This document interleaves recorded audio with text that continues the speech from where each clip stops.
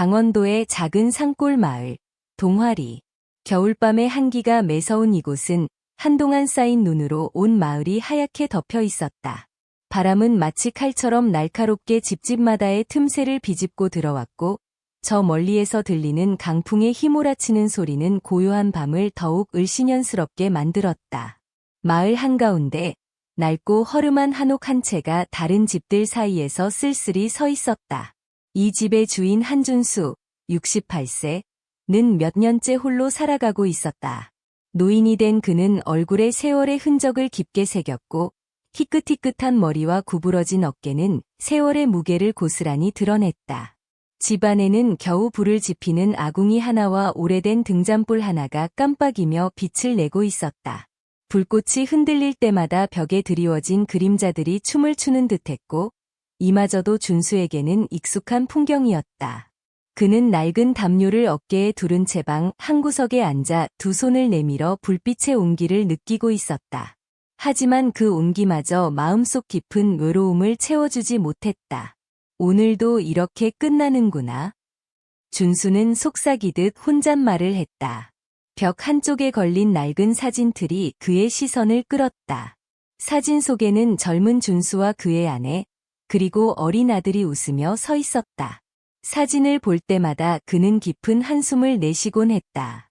아내는 이미 오래전 세상을 떠났고, 아들은 12년 전 그와의 다툼 끝에 집을 떠나 소식이 끊겼다. 시간이 지날수록 아들의 얼굴조차 흐릿해지는 듯했다. 너는 어디서 어떻게 지내고 있니? 그의 목소리는 떨렸고, 방 안에는 다시 고요가 찾아왔다. 그러던 순간, 밖에서 똑똑똑 하는 소리가 들렸다. 준수는 순간 몸을 굳혔다. 이 늦은 밤에 누가 찾아올까? 강원도의 깊은 산속 마을, 밤이 되면 길조차 보이지 않는 이곳에서 이런 일이 있을 리 없었다. 다시 한번 똑똑똑 하는 소리가 들려왔다.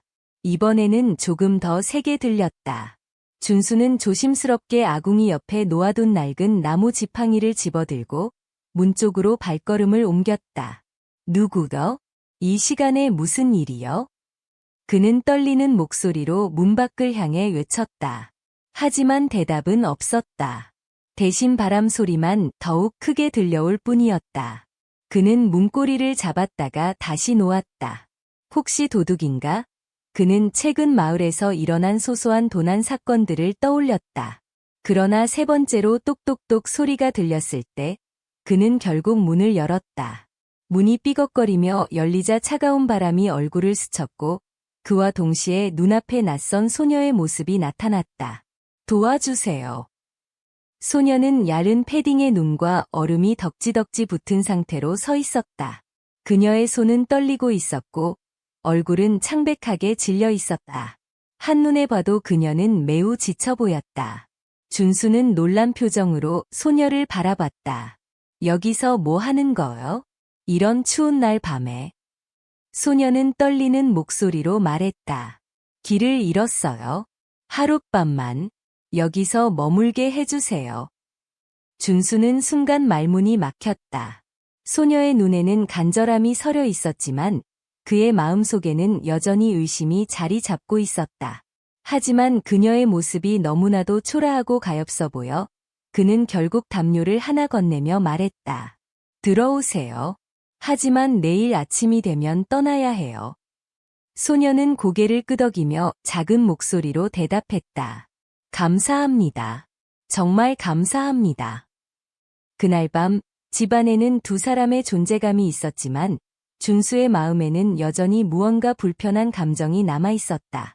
그는 소녀가 정말로 길을 잃은 것인지 아니면 무언가를 숨기고 있는 것인지 확신할 수 없었다. 밖에서는 눈이 계속해서 내렸고 바람은 점점 거세졌다. 준수는 잠자리에 들었지만 쉽게 잠들 수 없었다. 그는 이 낯선 소녀가 자신의 삶에 어떤 변화를 가져올지 상상조차 하지 못했다. 준수는 문틈으로 들어오는 찬바람을 막기 위해 급히 문을 닫고 소녀에게 말했다. 여기 앉아. 불이라도 쬐게. 몸이 얼어붙겠구만. 소녀는 고개를 끄덕이며 준수의 안내에 따라 아궁이 앞에 앉았다. 그녀의 손은 여전히 떨리고 있었고 입술은 파랗게 변해 있었다. 준수는 다급히 낡은 나무 상자에서 담요를 꺼내 그녀의 어깨에 덮어주었다. 여기, 이거라도 덮고 있어. 어디서 왔길래 이런 한밤중에 눈 속에서 헤매고 있는 거야? 소녀는 잠시 망설이다가 떨리는 목소리로 대답했다. 집으로 돌아가던 중에 길을 잃었어요. 근처에서 알바를 하다가 눈이 너무 많이 내려서 길을 못 찾았어요. 그녀의 목소리에는 피곤함과 두려움이 묻어 있었다. 하지만 준수는 그녀의 말을 들으면서도 어딘가 어색한 점을 느꼈다. 눈이 많이 내려 길을 잃을 수는 있다지만 왜 이 늦은 시간까지 혼자 산길을 걸어야 했는지 이해되지 않았다. 알바를 했다고? 무슨 알바? 어디서 일한 거야? 준수의 질문에 소녀는 고개를 숙이며 작은 목소리로 대답했다. 레스토랑에서 일했어요. 산 위쪽에 있는. 그녀의 말투는 떨렸고 준수는 더 이상 캐묻지 않았다. 대신 그는 그녀를 지켜보며 속으로 생각했다. 뭔가 숨기고 있는 것 같아. 하지만 너무 지쳐 보이니 지금은 쉬게 해야겠지. 준수는 찬장을 뒤져 오래된 찻잎을 꺼내 뜨거운 물에 우려냈다. 잔에 담긴 따뜻한 차를 소녀에게 내밀며 말했다. 이거라도 마셔. 조금이라도 몸이 녹을 거야. 소녀는 고맙다는 말과 함께 잔을 받았다. 그녀의 손은 여전히 떨리고 있었고 차를 들고 마시는 동안에도 잔이 미세하게 흔들렸다. 그 모습을 본 준수의 마음속에는 점점 더 복잡한 감정이 차올랐다. 그녀가 위험한 사람일지도 모른다는 의심과 그녀가 너무나도 연약해 보이는 데서 오는 연민 사이에서 갈등했다. 내일 아침이 되면 떠날 거지? 준수가 조심스럽게 물었다. 소녀는 고개를 끄덕이며 대답했다. 네, 정말 죄송해요. 폐를 끼치고 싶지 않은데 다른 곳에 갈 데가 없어서. 그녀의 목소리는 점점 더 작아졌다.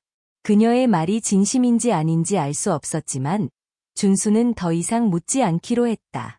그는 자리에서 일어나 방 한구석에 놓여있던 낡은 이불과 베개를 가져와 말했다. 이걸로 아궁이 옆에서 자도록 해. 난 옆방에서 잘 테니 걱정하지 마. 소녀는 감사하다는 말과 함께 고개를 숙였다. 그녀의 눈가에는 눈물이 맺혀 있었지만 이를 감추려 고개를 더 깊이 숙였다. 준수는 잠시 그녀를 바라보다가 방으로 들어갔다. 그러나 그의 마음은 쉽게 가라앉지 않았다. 그는 이불 속에서 뒤척이며 생각했다. 왜 이 늦은 시간에? 그것도 이런 곳에서? 혹시 그녀를 쫓는 누군가가 있는 건 아닐까? 아니면 그녀가 말하지 못하는 사정이라도 있는 걸까? 준수는 도저히 잠을 잘 수 없어 다시 일어났다. 그는 조용히 방 밖으로 나가 아궁이 옆에 누운 소녀를 바라봤다. 그녀는 잠든 듯 보였지만 눈가가 붉어진 것을 보니 아까 많이 울었던 것 같았다. 그 순간 준수는 소녀의 옆에 놓인 가방에서 흘러나온 한 장의 종이를 발견했다. 그는 조심스럽게 종이를 집어들었다. 종이에는 500만 원이라는 큰 숫자가 적혀 있었고 아래에는 사채업자의 이름과 도장이 찍혀 있었다. 이건 빚 문서인가? 준수는 입술을 깨물며 생각했다. 그는 종이를 가방에 다시 넣고 돌아섰다. 그녀가 정말로 도망 중인 건지 아니면 더 큰 문제에 휘말린 건지 알 수 없었지만 한 가지는 분명했다. 그녀의 삶은 이미 무언가에 쫓기고 있었다. 밖에서는 여전히 바람이 매섭게 불고 있었다. 준수는 고개를 들어 한숨을 내쉬며 창밖을 바라봤다. 이 아이가 내 인생에 무슨 변화를 가져올지 내일이 되면 알겠지. 그는 그 밤 다시는 잠들지 못했다. 새벽의 어둠이 서서히 걷히고 창밖으로 희미한 빛이 스며들었다. 강원도의 차가운 공기는 여전히 칼날처럼 날카로웠고 집안은 고요했지만 어딘가 긴장감이 감돌았다. 준수는 잠들지 못한 채 아궁이 앞에 앉아 있었다. 손에는 뜨거운 차 한 잔이 들려 있었지만 그의 눈은 소은이 잠들어 있는 아궁이 옆을 가만히 응시하고 있었다. 그녀는 담요를 꼭 끌어안고 잤다. 잠든 얼굴은 평온해 보였지만 준수는 그녀의 처지가 결코 평범하지 않음을 직감했다. 가방에서 발견한 빅 문서와 그녀의 불안한 눈빛은 쉽게 잊혀지지 않았다. 그는 한숨을 내쉬며 혼잣말을 했다. 도대체 어떤 사연이 있는 거야, 이 아이? 그때 소은이 살짝 몸을 뒤척이며 깨어났다. 그녀는 눈을 비비며 고개를 들어 준수를 바라봤다. 일찍 일어나셨네요. 죄송해요. 제가 폐를 끼쳤죠. 그녀의 목소리는 여전히 약했고 미소는 어딘가 어색했다. 준수는 담담한 목소리로 말했다. 뭐, 내가 나이 들어서 잠이 없는 거지? 어젯밤엔 잠들기 어려웠어. 소은은 그의 말에 미안한 듯 고개를 숙였다. 그녀의 손은 여전히 차가워 보였고 준수는 다시 아궁이에 불을 지피기 시작했다. 불꽃이 피어오르며 방 안을 따뜻하게 감쌌다. 아침은 먹고 가야지. 배고프면 길을 제대로 갈 수 없을 거야. 준수는 부엌에서 남아있던 쌀로 간단한 죽을 끓였다. 그는 조용히 소은 앞에 죽을 내밀며 말했다. 먹어. 이게 별거 아니지만 배는 따뜻해질 거야. 소은은 조심스럽게 숟가락을 들었다.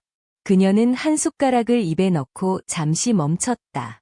그리고 눈물이 한 방울씩 그녀의 뺨을 타고 흘러내렸다. 정말 감사합니다. 이런 따뜻함을 느낀 게 얼마 만인지 모르겠어요. 그녀의 말에 준수는 마음 한구석이 무거워졌다. 그는 조용히 그녀를 바라보다가 입을 열었다. 소은아, 너의 가방에서 우연히 어떤 문서를 봤다. 빚 문제인 것 같던데, 맞아? 그 순간 소은의 얼굴이 하얗게 질렸다. 그녀는 숟가락을 내려놓고 고개를 숙였다. 한참 동안 침묵이 흐르던 끝에 그녀는 떨리는 목소리로 입을 열었다. 맞아요. 제가 빚을 졌어요. 부모님이 병원비를 감당하지 못해서 결국 제가 대신 책임을 져야 했어요. 그런데 갚을 방법이 없어서 사채를 썼어요. 그녀는 말을 멈추고 손으로 얼굴을 감쌌다. 준수는 그 말을 듣고 깊은 한숨을 내쉬며 말했다. 그래도 이렇게 길을 떠나는 건 위험하지 않니? 너를 쫓는 사람들이 있겠지. 왜 이런 눈 속을 헤매고 있었던 거야? 소은은 잠시 망설이다가 힘겹게 대답했다. 사람들이 저를 쫓고 있었어요. 숨을 곳이 필요했는데 그날따라 길이 막히고 제가 이곳까지 오게 된 거예요. 준수는 말없이 그녀를 바라봤다. 그의 마음속에는 여전히 의심과 연민이 교차했다. 그는 잠시 침묵하다가 말했다. 여기서 오래 머무를 수는 없어. 나도 너를 도와줄 만큼 힘이 있는 건 아니니까. 하지만 너를 그냥 보내기에는 마음이 편치 않구나. 소은은 그의 말에 놀란 듯 고개를 들었다. 그녀의 눈에는 희미한 희망이 비쳤다. 하지만 준수의 다음 말은 그녀를 더욱 불안하게 만들었다. 오늘 아침에 마을 사람들에게 너를 봤다고 말할 거야. 혹시라도 너를 찾는 사람들이 이곳에 온다면 대비는 해야 하니까. 그녀는 입술을 깨물며 고개를 끄덕였다. 알겠어요. 제가 폐를 끼치면 안 되죠. 정말 감사했어요. 아저씨. 준수는 대답하지 않았다. 그는 그녀가 죽을 다 먹을 때까지 조용히 기다리며 생각에 잠겼다.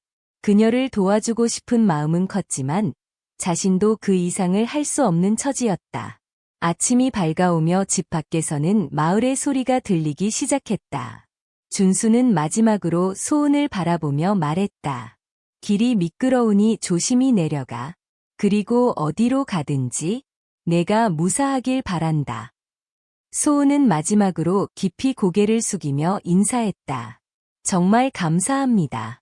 아저씨 같은 분을 만난 건 제게 큰 행운이에요. 소은이 문을 나서자 준수는 창밖으로 그녀의 모습을 오래도록 바라봤다. 그녀는 희미한 눈 속에 작게 사라져갔고 그의 마음속에는 묘한 허전함이 남았다. 이 아이, 어디로 가는 걸까? 그는 다시 창밖으로 불어오는 차가운 바람을 느끼며 한숨을 내쉬었다. 그리고 그 순간 문득 창밖에 서 있는 또 다른 그림자가 눈에 들어왔다. 준수는 고개를 갸웃하며 그림자를 응시했다. 누구지? 그의 목소리는 창밖의 정막 속으로 사라졌다. 소은이 떠난 지 1시간이 지나고 마을은 여전히 조용했다. 준수는 아궁이에 남은 불을 바라보며 그녀가 떠난 길을 상상했다. 잘 갈 수 있을까? 그는 스스로에게 묻듯 낮게 중얼거렸다.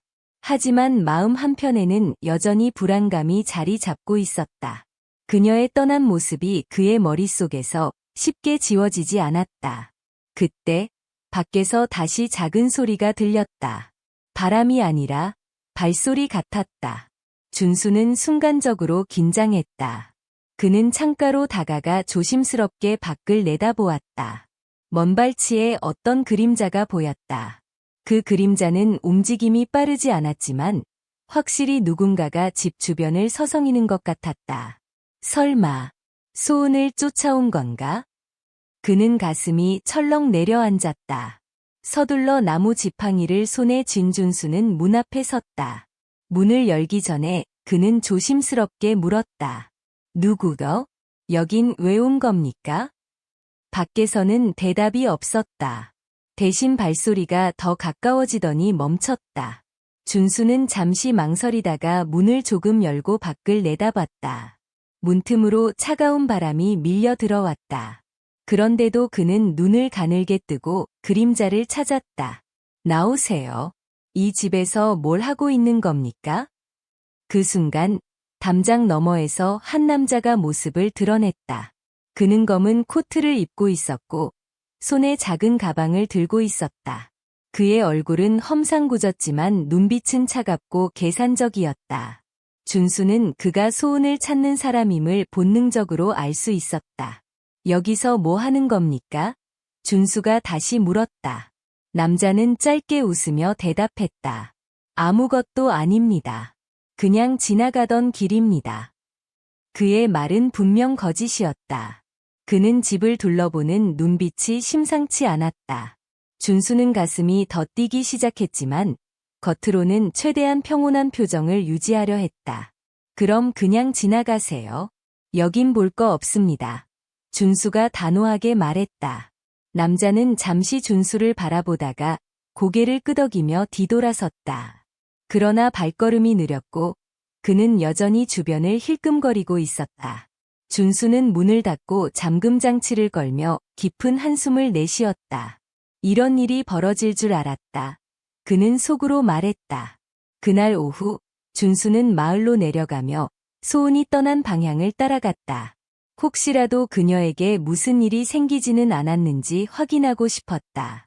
하지만 눈길에는 그녀의 발자국이 이미 지워져 있었다. 그는 길가에 멈춰서서 주위를 둘러봤다. 소은아, 무사해야 할 텐데. 그 순간 숲속에서 작은 소리가 들렸다. 그는 고개를 돌려 소리가 난 쪽을 바라봤다. 나뭇가지 사이로 다시 한번 검은 코트를 입은 남자의 모습이 어렴풋이 보였다. 그는 분명 준수를 따라오고 있었다. 준수는 눈살을 찌푸리며 길을 재촉했다.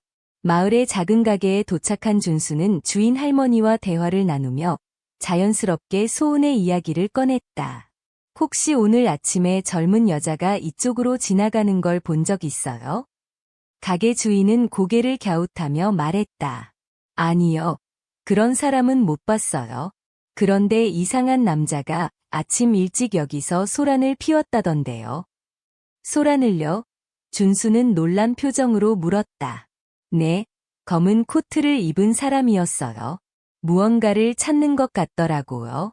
그 사람이 무슨 문제를 일으킨 건 아니겠죠? 준수는 대답하지 않고 깊은 생각에 잠겼다. 그는 그 남자가 소은과 관련이 있음을 확신했다.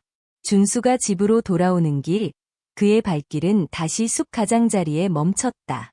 거기서 그는 무언가 반짝이는 것을 발견했다. 가까이 다가가 보니 그것은 소은이 가졌던 작은 목걸이였다. 그는 목걸이를 집어들고 눈길을 살피며 중얼거렸다. 여기까지 왔다면 그녀가 어디로 간 거지? 그러나 더 이상 소은의 흔적을 찾을 수 없었다. 그는 목걸이를 꽉 쥐며 마음속에서 깊은 불안과 무력감을 느꼈다. 그녀는 분명 위험에 처해 있었지만 그는 그녀를 도울 방법이 없었다. 그날 밤 준수는 목걸이를 손에 쥔 채 잠자리에 들었다. 창밖으로 들려오는 바람 소리는 그의 귀에 이상하게 더 크게 들렸다. 어둠 속에서 그는 소은의 마지막 모습이 떠올랐다. 그녀는 떠났지만 그녀의 처지는 그의 마음속 깊은 곳에 남아 있었다. 그 아이, 무사히 갈 수 있을까? 아니, 그녀는 정말 떠났을까? 준수는 창밖을 바라보며 다시 한번 그날 아침 문밖에서 보았던 그림자를 떠올렸다. 그리고 그는 혼잣말로 속삭였다. 만약 내가 조금만 더 일찍 알았더라면. 그의 말은 바람 속으로 사라졌다. 밖에서는 여전히 그림자가 희미하게 스쳐 지나가는 듯했다. 어두운 밤이 깊어갈수록 준수의 마음은 점점 무거워졌다. 그는 소은이 떨어뜨린 작은 목걸이를 손에 쥔 채 불 꺼진 아궁이 옆에 앉아 있었다. 차가운 방 안에서 목걸이에 차디찬 금속 감촉이 그의 손끝을 스쳤다. 목걸이 중앙에는 작고 낡은 펜던트가 달려 있었고 그 안에 무엇인가가 새겨져 있었다. 준수는 촛불을 켜고 펜던트를 가까이 들여다보았다. 작은 글씨로 희망이라는 단어가 한자로 새겨져 있었다. 그는 그 단어를 한참 동안 바라보다가 조용히 속삭였다. 희망. 이 아이에게도 희망이 남아 있을까? 그는 목걸이를 조심스럽게 내려놓고 그날 있었던 일을 되짚어보기 시작했다. 소은이 떠나던 마지막 순간 그녀의 눈빛에는 분명 무언가를 말하지 못한 미련이 서려 있었다. 그녀가 남긴 목걸이가 단순히 실수로 떨어뜨린 것인지 아니면 의도적으로 준수에게 남긴 메시지인지 알 수 없었다. 갑작스러운 바람 소리에 창문이 흔들렸다. 준수는 깜짝 놀라 고개를 돌렸다. 집 밖에서 또다시 작은 소리가 들렸다. 그는 서둘러 문가로 다가갔다. 손에는 여전히 목걸이가 쥐어져 있었다. 누구야? 또 무슨 일이야? 밖에서는 여전히 대답이 없었다. 대신 이번에는 문 앞에 놓인 작은 봉투가 그의 눈에 들어왔다. 준수는 조심스럽게 문을 열고 봉투를 집어들었다. 봉투는 낡고 젖어 있었으며 안에는 짧은 편지가 들어 있었다. 준수 아저씨께 제가 혹시 이 목걸이를 떨어뜨렸다면 꼭 간직해 주세요.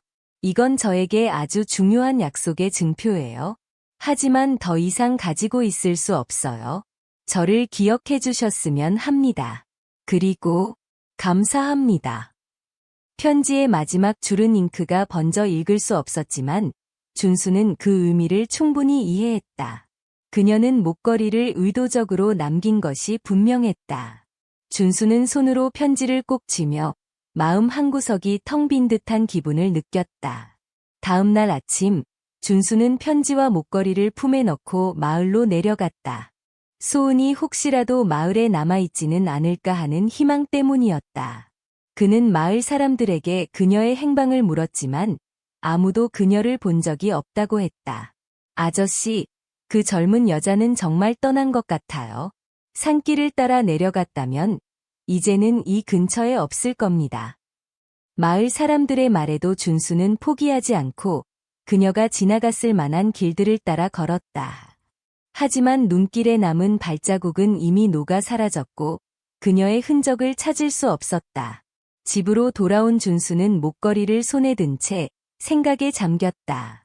그는 소은이 남긴 편지의 내용과 그녀의 마지막 눈빛을 다시 떠올렸다. 그녀가 정말 어디로 가고 있는지, 무엇을 두려워하고 있었는지 더 깊이 물어보지 못한 것이 후회되었다. 이 아이는 어딘가로 가고 있지만 분명히 누군가에게 쫓기고 있어. 하지만 왜 나한테 이 목걸이를 남겼지? 그는 펜던트를 손으로 쓰다듬으며 말했다. 이건 단순한 장신구가 아니야. 이 아이가 간직한 무언가의 상징일 거야. 그 순간 준수는 불현듯 떠오르는 생각에 한숨을 내쉬었다. 이 목걸이의 주인이 소은이 아닐 수도 있어. 이건 그녀가 약속한 누군가와 관련된 물건일지도 몰라. 그날 밤 준수는 잠자리에 들지 못했다. 그는 목걸이를 책상 위에 올려놓고 계속 바라봤다.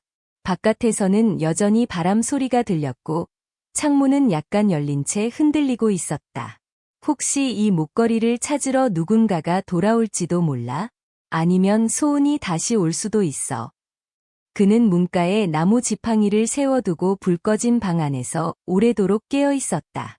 어두운 방 안에서 그의 마음은 걱정과 연민으로 가득 차 있었지만 동시에 작은 희망이 남아 있었다. 그녀가 무사히 있을지 아니면 다시 돌아올지 아무도 알 수 없었다. 만약 그녀가 다시 온다면 그때는 더 도울 수 있을까? 창밖으로 별 하나가 희미하게 빛났다. 준수는 그 별을 바라보며 작은 목소리로 속삭였다. 소은아, 어디 있든 무사해야 한다. 그리고 내가 다시 돌아온다면 이번엔 내가 내 이야기를 끝까지 들어줄게. 그의 마른 방 안에 정막 속으로 스며들었다. 그리고 그 밤 준수는 다시는 돌아오지 않을지도 모를 그녀를 위해 마지막으로 불을 지피며 기다렸다.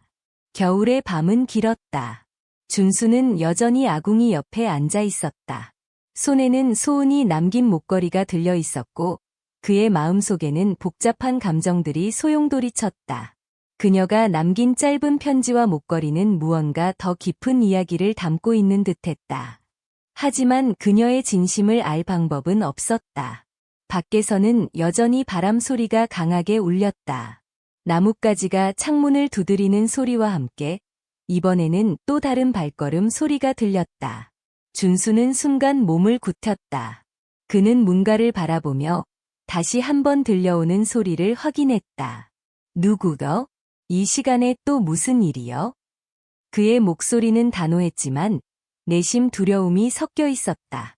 문 밖에서는 잠시 침묵이 흐르다가 낮은 목소리가 들려왔다. 아버지, 저예요. 그 말은 준수의 가슴을 덜컥 내려앉게 했다.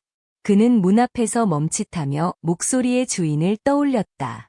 너무 오랫동안 듣지 못한 목소리였지만 그 목소리는 분명 아들 한도준의 것이었다. 준수는 떨리는 손으로 문을 열었다. 문 앞에는 검은 외투를 입고 서 있는 한 남자가 있었다. 그의 얼굴은 예전보다 훨씬 수척해졌고 피부는 겨울바람에 거칠어져 있었다. 하지만 그 눈빛만은 어렸을 때와 같았다. 준수는 눈앞의 남자를 바라보며 믿기지 않는 듯 물었다. 도준이냐? 정말 너나? 도준은 고개를 끄덕이며 눈물을 참으려 했지만 목소리는 떨리고 있었다. 네, 아버지. 정말 죄송합니다. 그는 고개를 숙이며 깊이 허리를 숙였다. 준수는 그 모습을 바라보며 혼란스러웠다. 12년 전 그와의 마지막 대화는 서로의 상처만 남긴 채 끝났었다. 그리고 그 뒤로 아들은 집을 떠나 소식이 끊겼다. 너, 왜 지금 온 거나? 왜 이제 와서? 도준은 머뭇거리며 손에 든 작은 상자를 내밀었다. 이걸 전해주러 왔어요. 이건 소은이가 꼭 아버지께 전하라고 했습니다. 준수는 그 말을 듣고 소은을 떠올렸다. 그녀가 도준과 알고 지낸 사이였다는 사실은 그에게 큰 충격이었다. 그는 상자를 받아들고 천천히 열었다. 그 안에는 낡은 사진 한 장과 한 장의 편지가 들어 있었다. 사진 속에는 준수와 어린 도준이 함께 찍힌 모습이 있었다. 그것은 오래전 행복했던 순간을 담은 사진이었다. 준수는 사진을 손으로 만지며 말없이 눈물을 흘렸다. 그리고 그는 편지를 열어 읽기 시작했다. 아버지께, 저는 오랜 시간 아버지를 떠난 것을 후회하며 살아왔습니다. 하지만 용기가 없어서 돌아올 수 없었습니다. 소은이는 제게 유일한 친구였고 제가 가장 믿을 수 있는 사람이었습니다. 그녀가 아버지께 가겠다고 했을 때 저는 아버지를 만나고 싶은 마음을 숨길 수 없었습니다. 비록 제가 이 모든 빚을 해결하지 못하더라도 아버지께 사죄드리고 싶었습니다. 제가 다시 아버지 앞에 설 수 있게 되어 정말 감사합니다. 편지를 읽는 동안 준수의 손은 떨렸다. 도준이 어떤 삶을 살아왔는지, 그동안 얼마나 힘들었는지 이제야 알 것 같았다. 그는 아들을 바라보며 조용히 말했다. 넌 많이 힘들었구나. 도준은 고개를 끄덕이며 눈물을 흘렸다. 정말 죄송합니다, 아버지. 하지만 이제는 제가 갚아야 할 빚을 다 해결하기 전까지 이곳에 머물 수 없습니다. 저는 다시 돌아올 겁니다.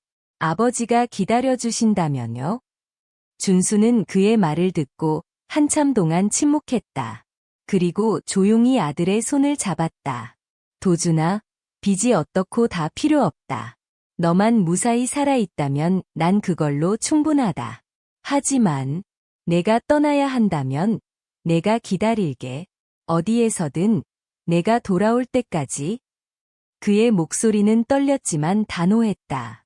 도준은 아버지를 향해 깊이 고개를 숙이며 말했다. 감사합니다, 아버지. 도준은 그날 밤 다시 집을 떠났다. 준수는 아들이 떠나는 뒷모습을 바라보며 그 녀석이 떠난 방향을 오래도록 바라봤다. 목걸이는 여전히 그의 손에 들려 있었다. 그는 소은과 도준이 남긴 모든 흔적을 다시 떠올리며 혼잣말로 중얼거렸다. 이번엔 내가 꼭 돌아올 거라 믿는다. 소은도 어딘가에서 널 지켜보고 있을 테니. 그는 다시 한번 아궁이에 불을 지피며 마음속에서 작은 희망을 키웠다. 창밖의 별빛은 더욱 밝게 빛나고 있었고 준수는 그 별을 보며 다시 한번 속삭였다. 돌아올 때까지 내가 기다릴게. 도준아, 꼭 돌아와야 한다. 도준이 떠난 후 준수는 다시 혼자가 되었다. 하지만 이번에는 이전과는 다른 감정이 그의 마음속에 자리 잡았다. 그는 여전히 아들의 마지막 모습을 떠올리며 긴 한숨을 내쉬었지만 그 속에는 새로운 희망의 씨앗이 자라나고 있었다. 그 녀석, 이번에는 정말 돌아올 거야. 반드시. 그는 창밖으로 눈이 내리는 풍경을 바라보며 혼잣말했다. 바람이 여전히 세차게 불었지만 그의 마음속에는 조금씩 따뜻함이 감돌기 시작했다. 며칠 후 준수는 마을로 내려갔다. 마을 사람들은 그를 반갑게 맞이했지만 그들은 준수의 얼굴에서 묘한 변화가 느껴졌다. 요즘은 표정이 밝아 보이시네요. 좋은 일이 있으셨나요? 가게 주인이 물었다. 준수는 잠시 생각하다가 담담히 대답했다. 아, 그냥 오래전에 떠났던 녀석이 다시 돌아올 것 같은 예감이 들어서요. 아직 완전히 돌아온 건 아니지만 기다리는 것도 나쁘지 않더라고요. 그의 말에 가게 주인은 고개를 끄덕이며 말했다. 기다림은 때로는 희망을 주지요. 그 아이가 꼭 돌아올 거예요.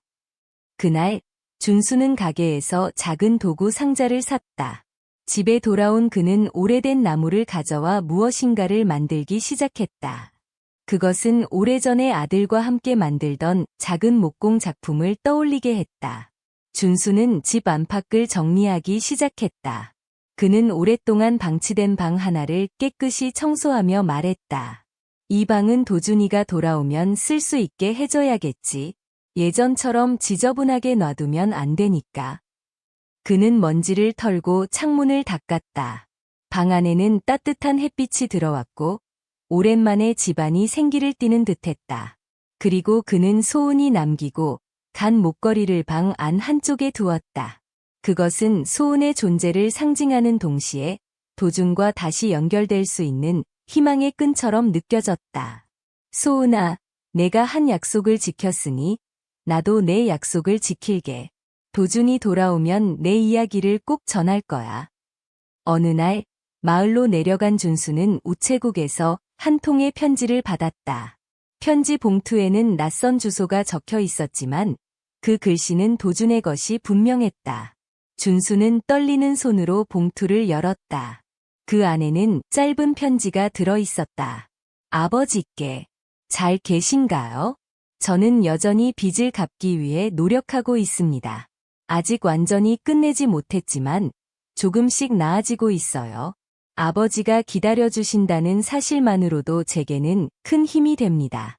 제가 돌아가는 그날까지 건강히 계셔주세요. 꼭 다시 찾아뵙겠습니다. 도준 올림 편지를 읽는 내내 준수의 눈가에는 눈물이 맺혔다. 그는 깊은 숨을 내쉬며 혼잣말했다. 그래, 천천히 와도 괜찮아. 널 기다릴 시간이 아직 많이 남아 있으니까. 그날 밤, 준수는 아궁이에 불을 지피고 그 앞에서 앉아 있었다. 그의 손에는 도준의 편지와 소은의 목걸이가 들려 있었다. 그는 목걸이를 쓰다듬으며 조용히 말했다. 소은아, 내가 없었다면 도준과 다시 연결될 수 없었을 거야. 어디선가 무사히 잘 지내고 있길 바란다. 창밖으로 눈이 내리고 있었다. 그는 창문을 열어 찬바람이 들어오게 했다.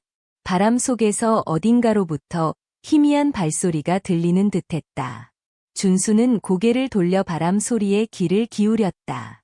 혹시 벌써 돌아온 건가? 그는 자리에서 일어나 문가로 향했다. 하지만 문을 열었을 때 밖에는 눈 내리는 정원과 흔들리는 나뭇가지들만 보였다. 그는 다시 집 안으로 들어와 문을 닫으며 작게 웃었다. 아직은 아니구나. 그래도 괜찮아. 언젠가는 돌아올 테니까. 그는 다시 아궁이 앞에 앉아 불꽃이 타오르는 소리를 들으며 생각에 잠겼다. 기다림은 고통스러울 수도 있었지만 이번에는 그것이 그에게 평화를 주고 있었다. 그 밤 하늘에는 수많은 별들이 반짝이고 있었고 준수의 마음속에도 희미하지만 따뜻한 희망의 불빛이 타오르고 있었다.